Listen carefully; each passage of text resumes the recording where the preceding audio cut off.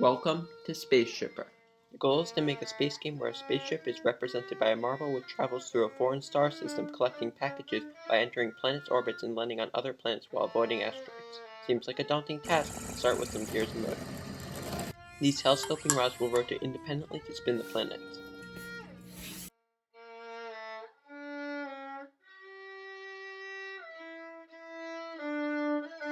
The extra gear holder will give rotational speed flexibility.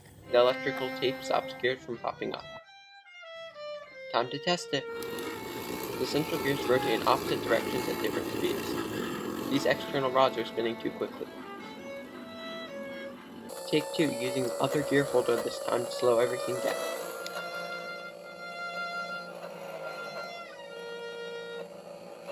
Good for now, let's print some rings. The first print's gravitational fields came at 2 speeds. It would be hard to escape. That's better, but the top surface printed very roughly, so back to the printing settings. The key seems to be adaptive layering.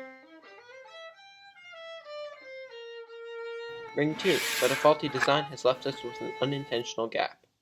Fortunately, not a hard fix. But the ring was too heavy and wobbly, so a new design was required. Ring 3, the asteroid belt. Lots of modules. It was over-engineered. This is much lighter. The original design had the marble rolling outward through tubes that would align as the ring spun, the marble hugging the outside wall, moving at constant angular velocity. But now the marble can drop through the holes efficiently for quicker retrieval. After reprinting the center to have a larger gravitational field for the sun, let us give it a test. Success! To make for a smoother top surface, we got a smooth 3D printing plate. Looks smoother. The coefficient of friction has been significantly reduced, but the smooth plate prints have been warping, perhaps due to the sub-freezing temperatures of the garage. Hopefully this doesn't manifest into a larger issue later on. Ring 4, and the thin connection was too risky. Take 2, with the funnel printed separately and slightly smaller. An attachment below will direct the marble away from the wormhole. This realization came a little late, but if the dome is printed vertically, it is much smoother.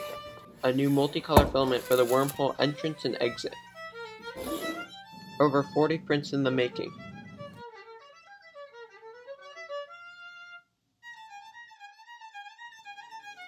It might seem like a Lego set to put together, but it was both rewarding and tedious, repeatedly reassembling it. Moment of truth. The height differences in the rods will be fixed later. The tilt is in part because the wormhole is heavier. It has a greater solid infill density. A counterbalance opposite the wormhole should do the trick. These printed tabs are attached to the bottom of the fourth ring to elevate the third. Prototyping a control mechanism for the player using half a planet and an extra gravitational field. Many empty batteries and a month and a half in the making later, revealing a playable game. The marble zooms across the star system, orbiting the star and other planets, and enters the wormhole. Time to work on the mechanism for it. The marble is funneled onto a track, and depending on the wormhole's position, it rolls to one of 2 sides. The idea for the wormhole is to receive the ball and accelerate it up a pipe in the corner of the game. This ball accelerator uses a paddle to flick the marble, but it is very inconsistent and there is a large impact force. Second attempt, a new design based around a cam and a spring launcher.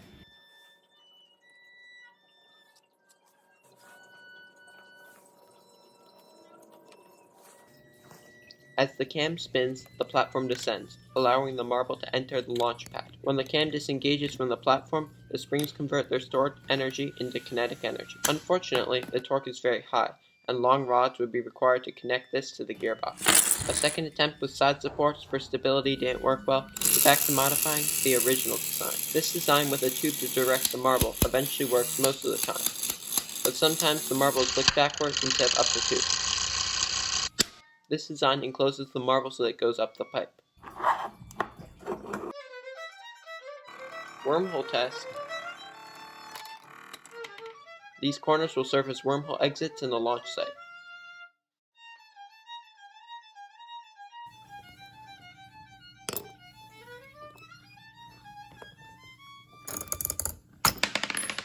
A wooden box will enclose the rings.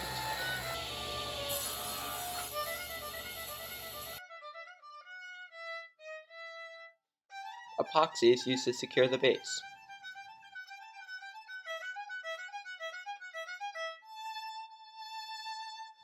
Time to put it together. For solo play, these dice dictate which planet to orbit and which asteroid to deliver to.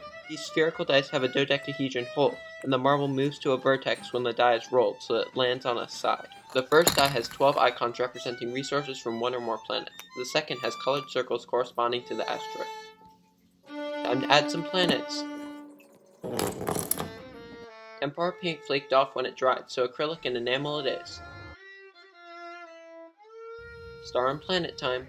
Pastures, wheat fields, water, gold, clay, iron, forest, diamond, drained batteries and wasted prints serve as structural support. Nothing ever works the first time. Velcro allows the centerpiece to be dismantled. Let us design the Game Master's control system. Some iron nails wrapped in wire become electromagnets that orient a compass to point to symbols that direct the marble's path.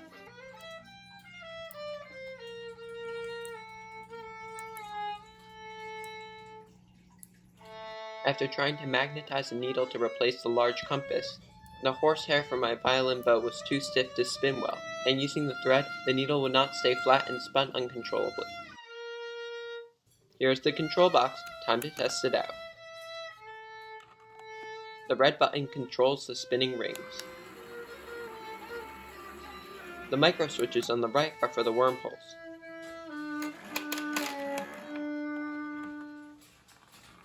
And the left controls the electromagnets. The marbles roll to the exit.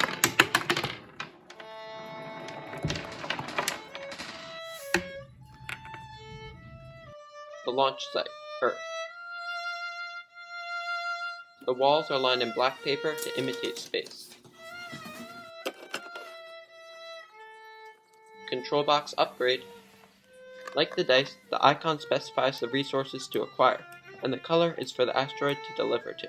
The neutral position is marked by the red circle and line. The base has a felt bottom, and has springs to make the box spring back to upright. Time for some gameplay.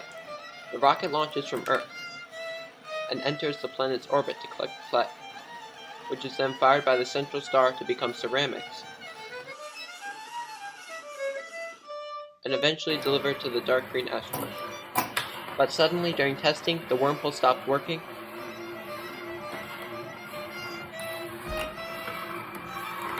the outer ring stopped spinning, and the launcher bolt came out.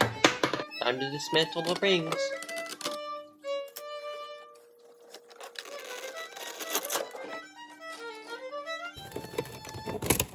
Found the culprit. The motor connection was too thin. Time to print it more robustly.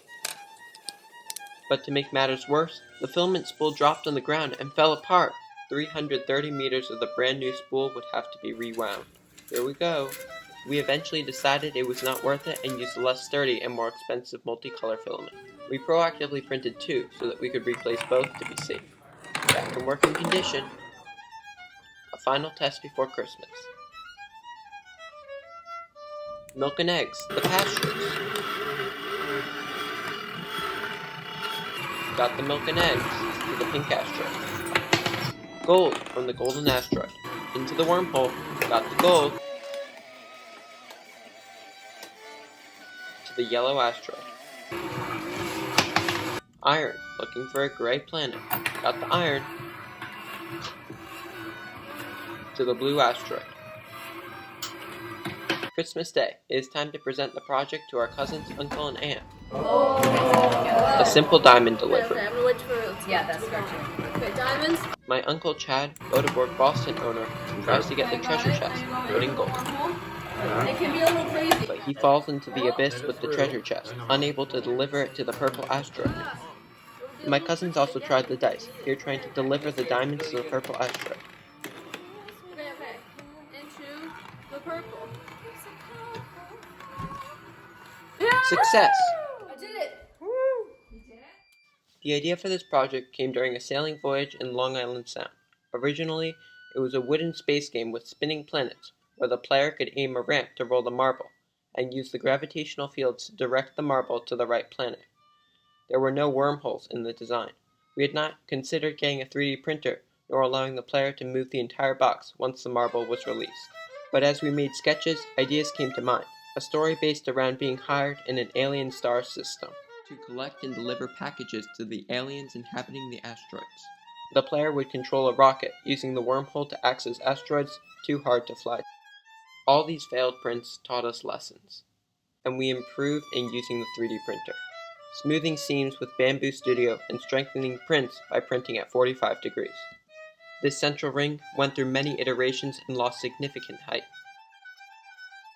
We experimented with CAM systems and discovered the strengths and weaknesses of different designs, and we learned how to make and use electromagnets. We found the importance of being able to disassemble components to fix things, as nothing works on the first try. Finally, we learned to be proactive in anticipating which parts might break, and to design them stronger to begin with. Thank you for joining. Reach for the stars.